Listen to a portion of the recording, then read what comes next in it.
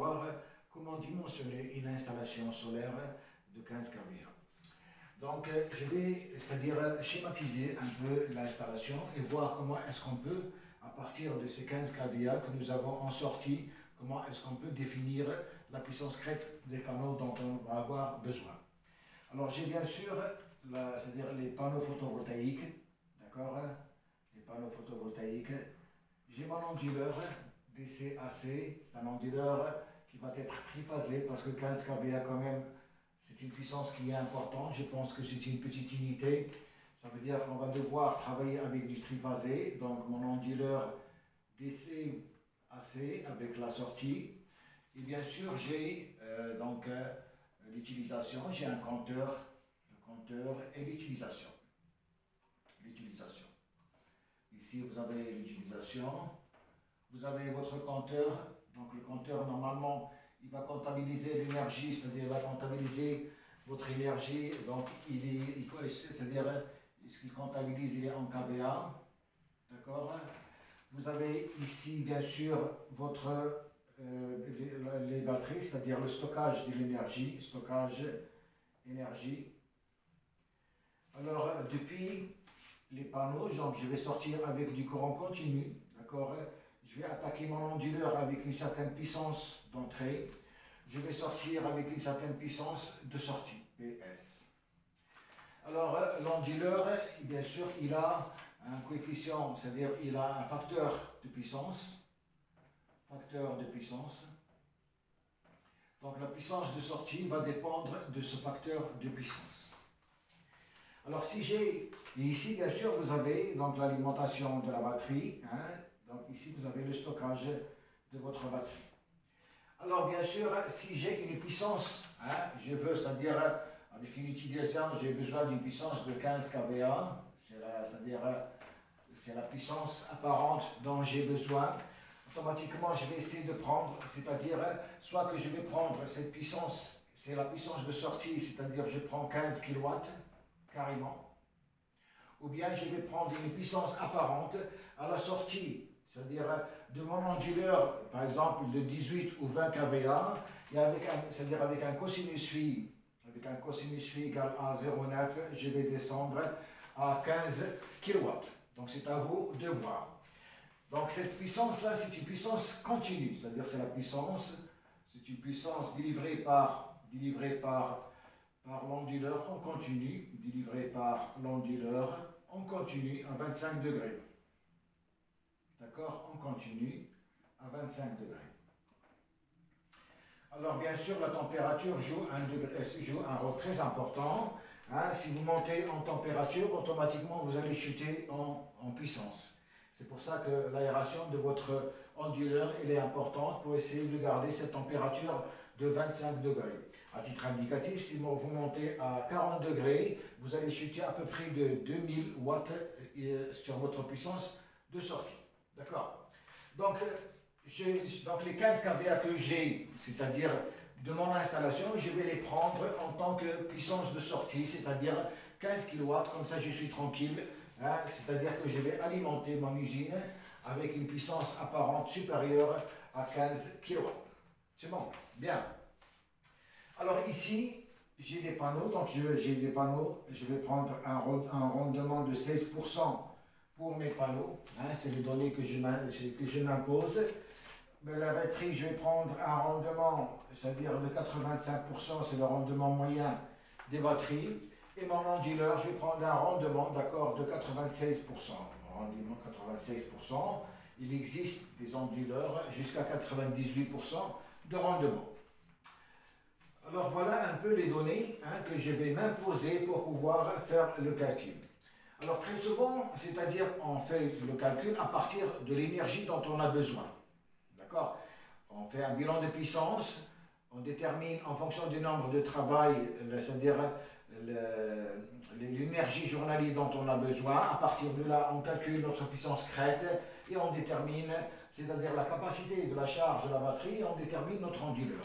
Aujourd'hui, nous allons faire l'inverse, c'est-à-dire nous avons 15 kVA, c'est-à-dire c'est la puissance apparente que nous avons, et à partir de là, on va essayer de définir notre onduleur, définir c'est-à-dire les panneaux photovoltaïques avec leur puissance crête, définir l'énergie de ces 15 kVA, développée par ces 15 kVA, et nous allons définir bien sûr la capacité de la batterie. Bien, alors on va commencer déjà par déterminer, c'est-à-dire la puissance d'entrée de mon onduleur. Alors normalement, le rendement de mon onduleur, il est égal à la puissance de sortie sur la puissance d'entrée. Il va être égal, c'est-à-dire je cherche la puissance d'entrée va être égale à la puissance de sortie sur le rendement. Ça, c'est la puissance d'entrée que je vais retrouver ici.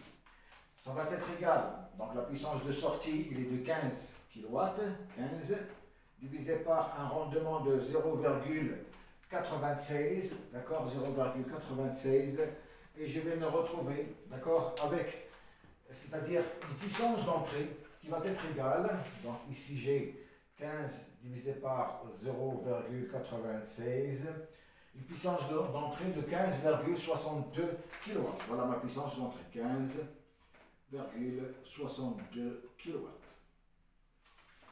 Donc la puissance d'entrée ici, elle est de 15,62 kW. C'est bon. Donc, à partir de la puissance de sortie, nous avons déterminé la puissance d'entrée de 15,62 kW. Alors, à partir de là, je vais pouvoir déterminer la puissance crête. Alors, la puissance crête, normalement, on a dit lors des dernières vidéos, qu'elle doit toujours être supérieure à cette puissance d'entrée de l'onduleur de 10 à 20%. Pour que l'onduleur puisse travailler convenablement, parce que les panneaux photovoltaïques ne donnent jamais la puissance maxi, c'est-à-dire c'est en fonction du temps. Donc, toujours, on sous-dimensionne la puissance d'entrée de l'onduleur pour qu'il fonctionne avec un bon rendement. Donc, la puissance crête ici va être, c'est-à-dire va être supérieure. Donc, la puissance crête va être supérieure de 10 à 20%, d'accord, de la puissance onduleur, de la puissance d'entrée de mon onduleur. C'est bon.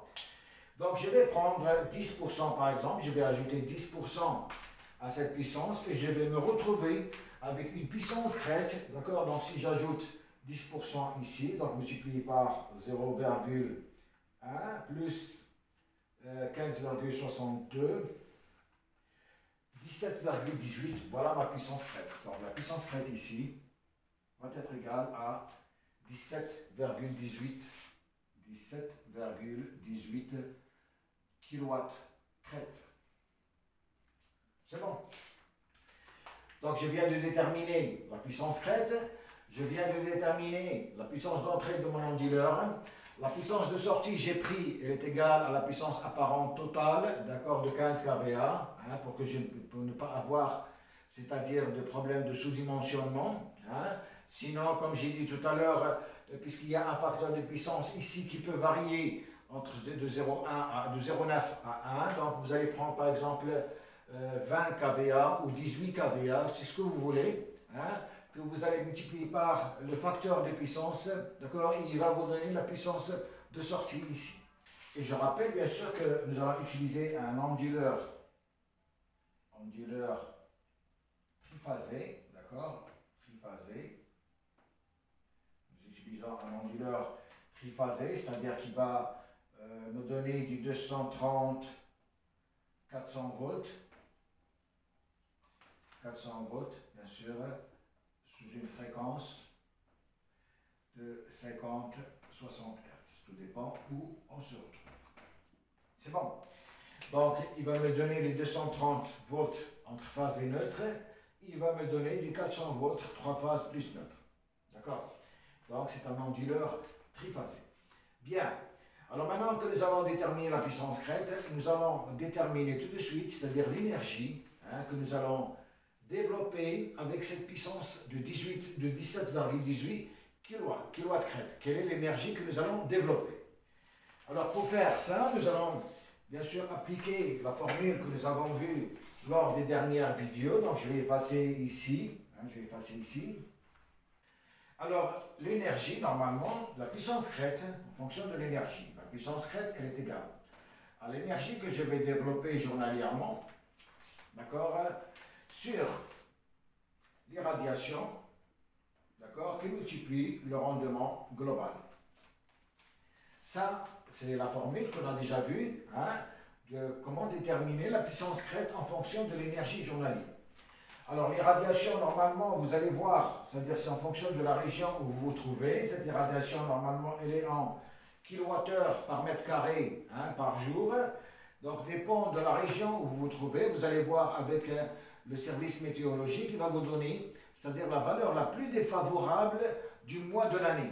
Vous allez prendre le mois où il n'y a pas de soleil, il y a le minimum, c'est-à-dire de lumière, et vous allez voir durant ce mois quelle est l'irradiation, c'est-à-dire de ce mois. Et c'est cette irradiation avec laquelle vous allez travailler.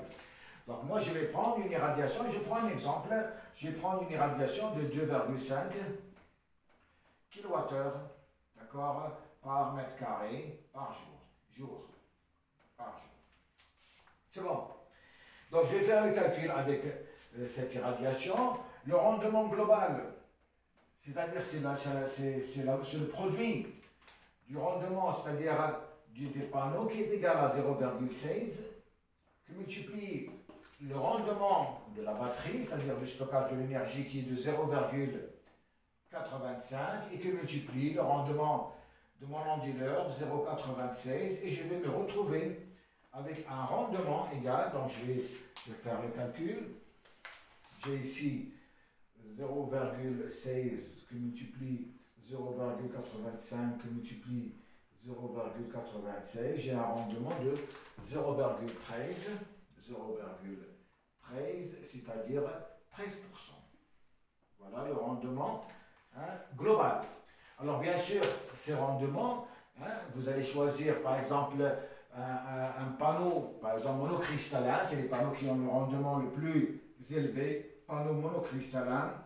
Vous allez voir avec votre fournisseur, il va vous indiquer le rendement du panneau que vous allez choisir.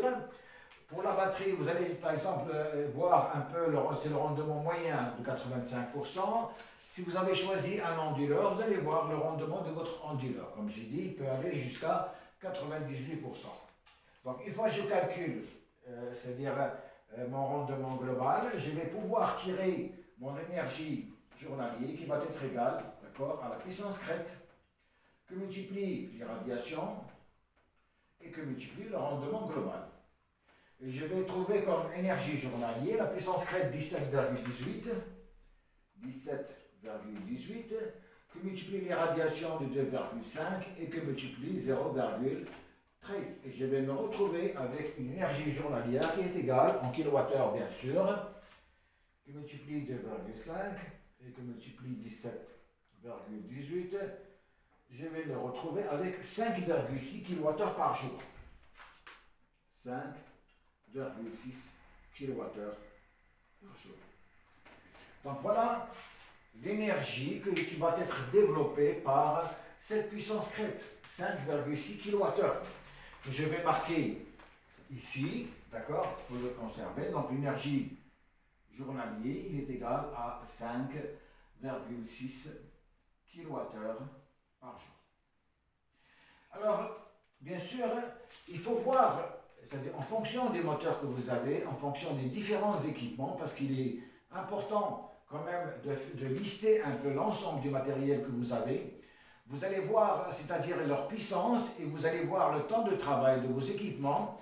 Si par exemple vous trouvez une énergie qui s'approche de 5,6 kWh par jour, c'est bon. C'est-à-dire tant que vous êtes inférieur à cette énergie, ça veut dire que les puissances que nous avons prises sont bonnes.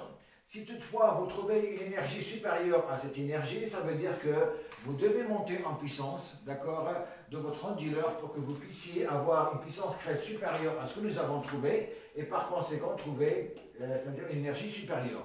Ou bien c'est problème d'irradiation, c'est-à-dire il faut bien chercher l'irradiation de la zone où vous vous trouvez et il faut bien sûr veiller à ce qu'il y ait une bonne inclinaison du panneau, à ce qu'il n'y ait pas d'ombre. Hein, et puis un angle de 30 à 35 degrés, il est important, et votre direction. Alors la direction, ça dépend où vous êtes. Hein, soit que vous allez vous orienter au sud, ou vous allez vous orienter au nord. tout ça, il va vous, c'est-à-dire augmenter le rendement de vos panneaux et il va, c'est-à-dire vous allez exploiter d'une façon plus, c'est-à-dire plus fiable votre installation solaire. Bien. Alors maintenant, nous allons voir, une fois que nous avons déterminé cette énergie, nous avons déterminé la puissance crête, nous avons tous ces données, nous allons calculer, d'accord, la capacité de la batterie que nous allons utiliser. Alors la capacité de la batterie que nous allons utiliser, on a déjà vu ça également, donc nous allons appliquer une formule qui tient compte de la décharge profonde de la batterie, qui tient compte de la tension d'utilisation, c'est-à-dire des panneaux, et qui tient compte bien sûr de l'énergie journalière. Alors ici, avec cette puissance crête du 17,18, ça veut dire automatiquement que nous allons travailler avec une tension de 48 volts. Tension de 48 volts. D'accord? Parce que nous avons, c'est-à-dire au-delà de 2000 watts crête, vous êtes obligé de travailler avec du 48 volts. Alors, la formule que nous allons appliquer pour déterminer la capacité de la batterie, donc la capacité de la batterie va être égale à l'énergie journalière que nous avons trouvée, d'accord, multipliée par l'autonomie. Cette autonomie, c'est-à-dire, c'est le besoin, c'est-à-dire, vous allez avoir besoin de combien de jours pour faire travailler vos batteries. Par exemple, les batteries vont travailler pendant une journée, ils vont travailler pendant 2 jours, donc c'est à vous de choisir, c'est-à-dire le nombre de travail de vos batteries. Donc ça, c'est l'autonomie, divisé par, d'accord, c'est-à-dire la décharge profonde, et multiplié par la tension que nous avons définie ici de 48 volts. Alors je vais prendre une autonomie de 2 jours, 2 jours par exemple, d'accord. Je vais prendre la décharge, la profondeur de décharge de 80%, c'est le chiffre qui est normalisé. La tension, elle est de 48 volts. Donc je vais trouver, ici j'ai une énergie donc de 5600, donc 5600 Wh, 5600 Wh, multiplié par 2, l'autonomie, divisé par 0,8, c'est-à-dire 80% de la décharge profonde, et multiplié par la tension de 48, et je vais trouver, d'accord, une capacité en ampères-heure qui est égale, donc j'ai ici 5600 multiplié par 2, ça me fait 11200, divisé par 0,8 multiplié par 48 volts, c'est-à-dire 38,4, et je vais trouver une capacité de ma batterie, d'accord, en ampères-heure qui va être égale à, donc 11200 divisé par 38,4, je vais trouver 291,66 ampères. Voilà la capacité de mes batteries. Ça, c'est le total des batteries que je vais utiliser. Je vais utiliser des batteries qui vont me donner un ampère, c'est-à-dire une capacité totale de 291, c'est-à-dire à peu près 292 ampères. Donc, je vais chercher dans le marché, c'est-à-dire les batteries qui existent, et je vais faire un branchement en série pour monter à 48 volts. Donc je vais laisser en bas du descriptif la vidéo qui parle du branchement des batteries, de la capacité des batteries, et je vais vous laisser également donc tous les numéros de vidéo c'est-à-dire qui ont une relation avec ce que nous sommes en train de faire. D'accord? Bien, alors je vais marquer ici la batterie, donc la capacité de la batterie, c'est égal à 291,66 ampères. Voilà la capacité de ma batterie. C'est-à-dire la capacité de stockage. Bien. Alors maintenant, nous allons c'est-à-dire attaquer l'onduleur. Nous allons voir comment est-ce qu'on peut choisir notre onduleur d'une façon très simple. Alors je vais mettre un peu plus d'espace, je vais effacer toutes les choses dont je n'ai plus besoin. Alors avant d'attaquer l'onduleur, bien sûr, j'ai oublié, on va définir le nombre de panneaux parce que l'onduleur, c'est-à-dire il a une tension maxi d'entrée et cette tension maxi d'entrée dépend du nombre de panneaux photovoltaïques que nous allons installer. Donc je vais devoir déterminer hein, le nombre de panneaux dont j'ai besoin. Pour cela, je vais devoir choisir un panneau quelconque. Hein. Je vais opter par exemple pour un panneau de 250 watts crête. Hein, 250 watts crête. J'opte pour ce panneau. Hein. Vous pouvez opter pour un panneau supérieur à 250, ce que vous voulez. Alors les dimensions du panneau jouent un rôle très important. Pourquoi? Parce que normalement, 8 mètres carrés vous donne 1 watt crête. 1 kilowatt crête, pardon. 1 kilowatt crête. 1 kilowatt crête. C'est important. Donc, par exemple, ce panneau, il fait 1460 de hauteur sur 960 de largeur. Donc, en fonction du panneau que vous allez utiliser et en fonction, c'est-à-dire de la surface hein, dont vous disposez, il faut voir est-ce que les dimensions de ces panneaux vont, c'est-à-dire s'implanter dans votre surface. Avant de faire ça, bien sûr, je dois calculer, c'est-à-dire puisque j'ai une puissance crête maximale, puissance crête totale, qui est égale à 17 180 watts crête, d'accord? La puissance unitaire d'un panneau, elle est égale à 250 watts crête. Ça veut dire que je vais avoir besoin, le nombre de panneaux dont j'ai besoin va être égal à 17 180 divisé par 250 et je vais avoir besoin de combien de panneaux? Donc, je vais faire le calcul.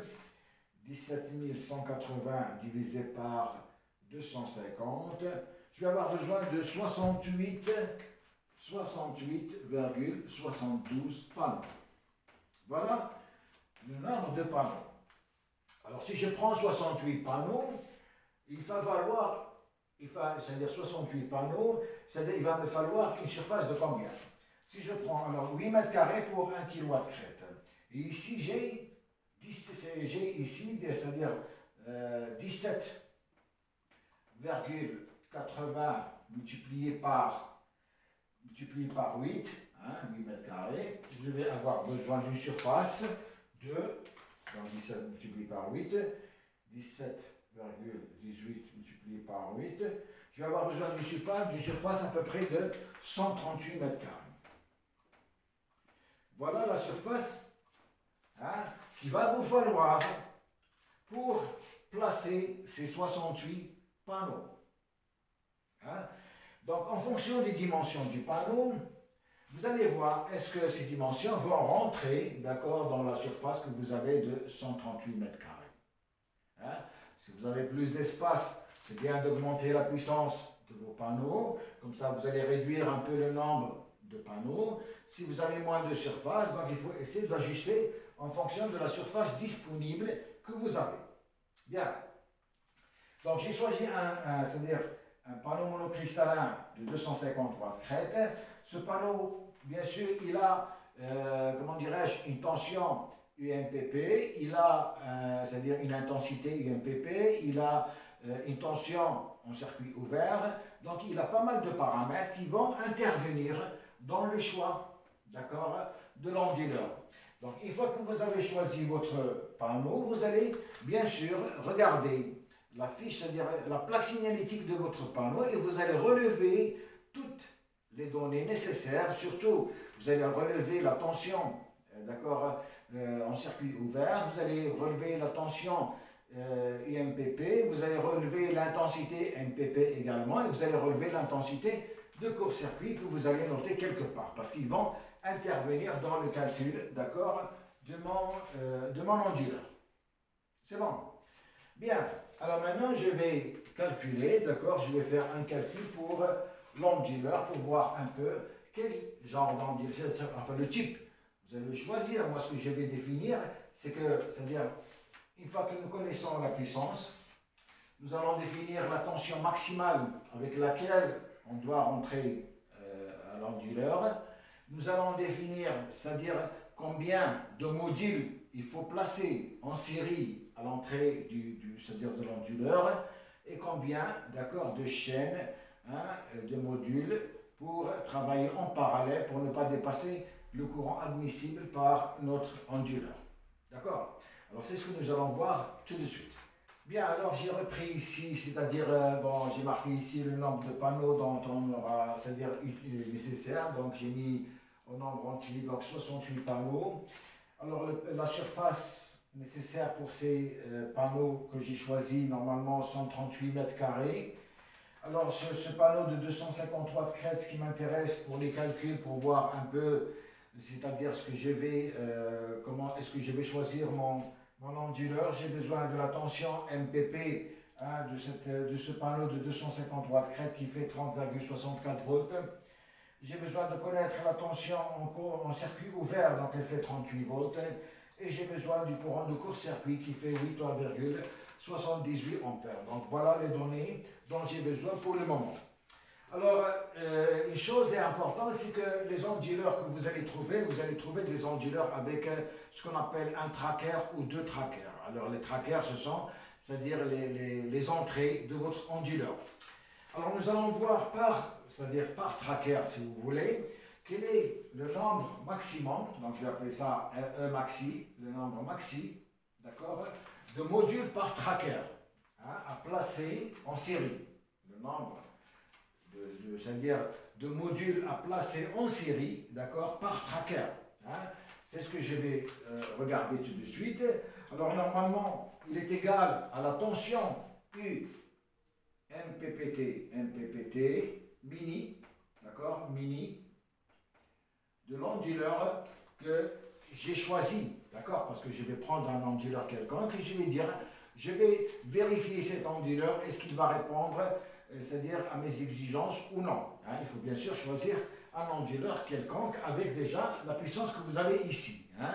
Vous allez vous dire, j'ai besoin d'un onduleur d'une telle puissance, donc vous allez prendre un onduleur d'une certaine marque avec cette puissance, avec un rendement donné, et vous allez vérifier est-ce que cet onduleur va s'adapter à votre, c'est-à-dire installation, et combien d'onduleurs il va vous falloir installer. Bien, sur la tension, d'accord, U, sur la tension U, MPP, d'accord, UMPP, c'est-à-dire du panneau que j'ai choisi, multiplié par un coefficient majorateur qui est égal à 0,85. Donc voilà comment est-ce que je vais déterminer le nombre de modules minimum, le nombre de modules mini que je peux placer en série à l'entrée d'un tracker de mon onduleur. Ça, donc ici, UMPPT. Alors, supposons que vous avez choisi un onduleur, vous vous êtes dit, je vais choisir un onduleur par exemple de 15 kW. Cet onduleur de 15 kW, il a par exemple une plage de travail. Il a une tension maxi, donc je vais marquer ici l'onduleur que vous avez choisi. Hein, tout ça, ce sont des exemples.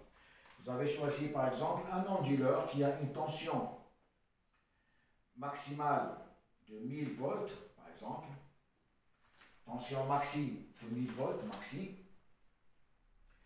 Et vous avez choisi un onduleur qui a par exemple une plage de travail entre 380 et 800 volts. Ça, c'est la plage de travail de votre onduleur.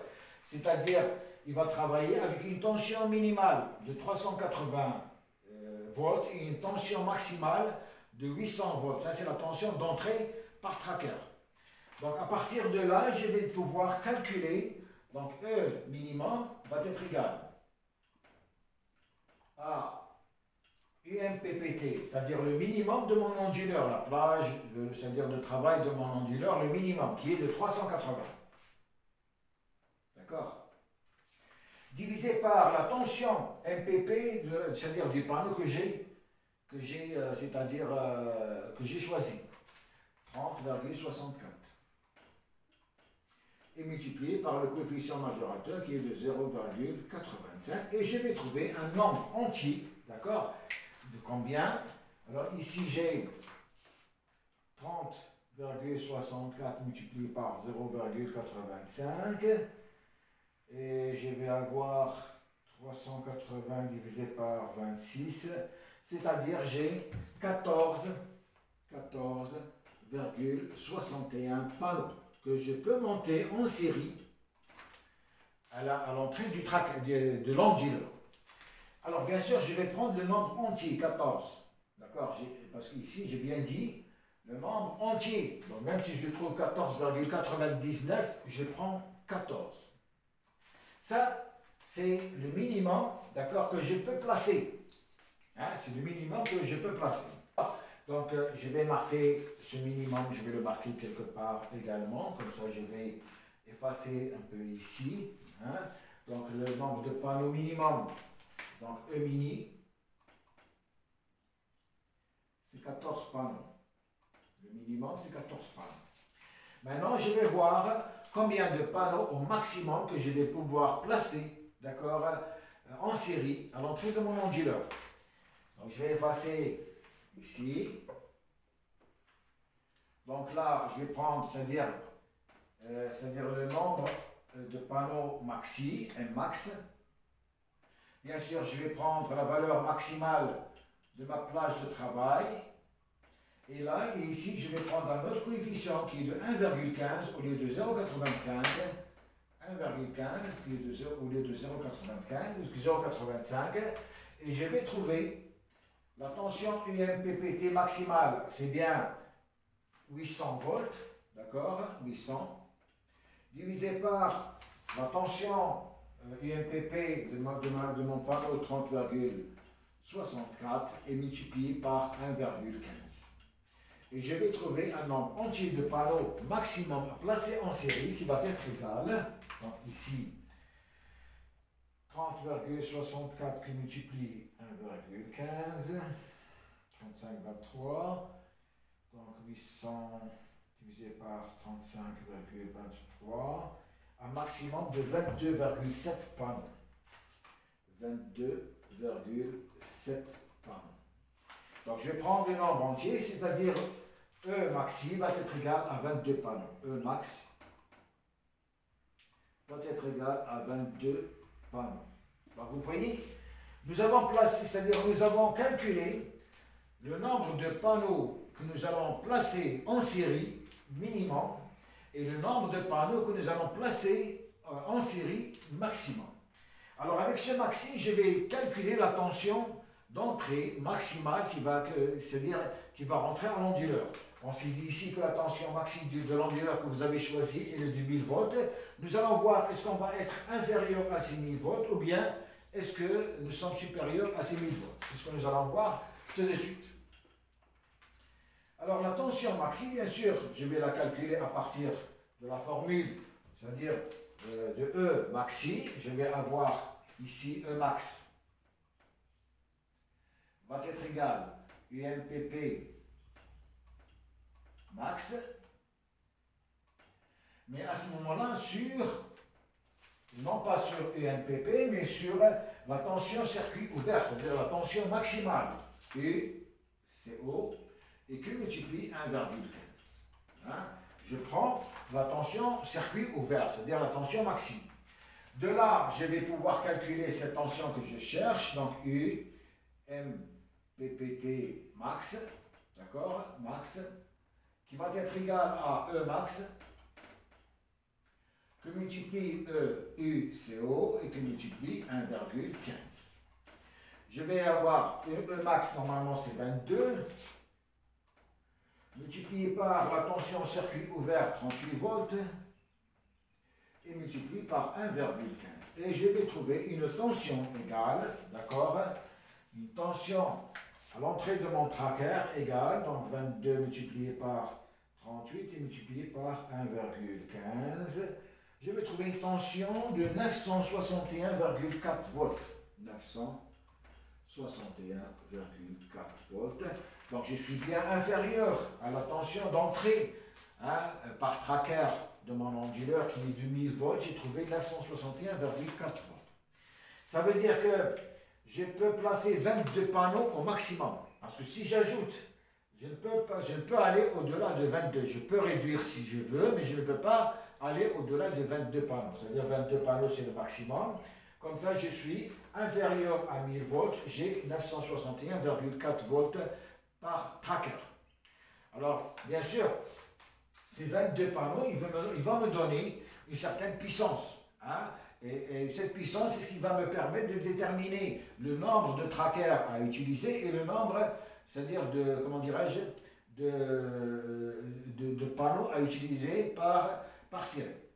Bien, avant de voir tout ça, nous allons déjà calculer, c'est-à-dire, comment dirais-je, le nombre de chaînes maximum pour placer les panneaux en parallèle à l'entrée d'un tracker.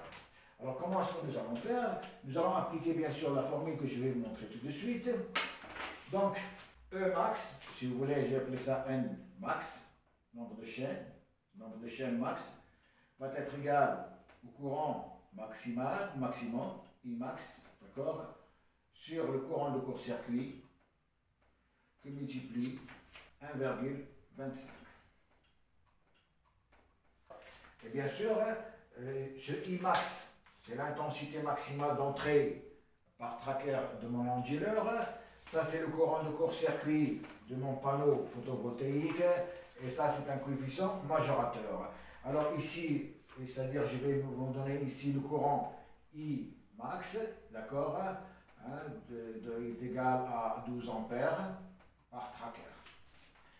Donc, ces données, ce sont des données que j'ai prises à titre indicatif.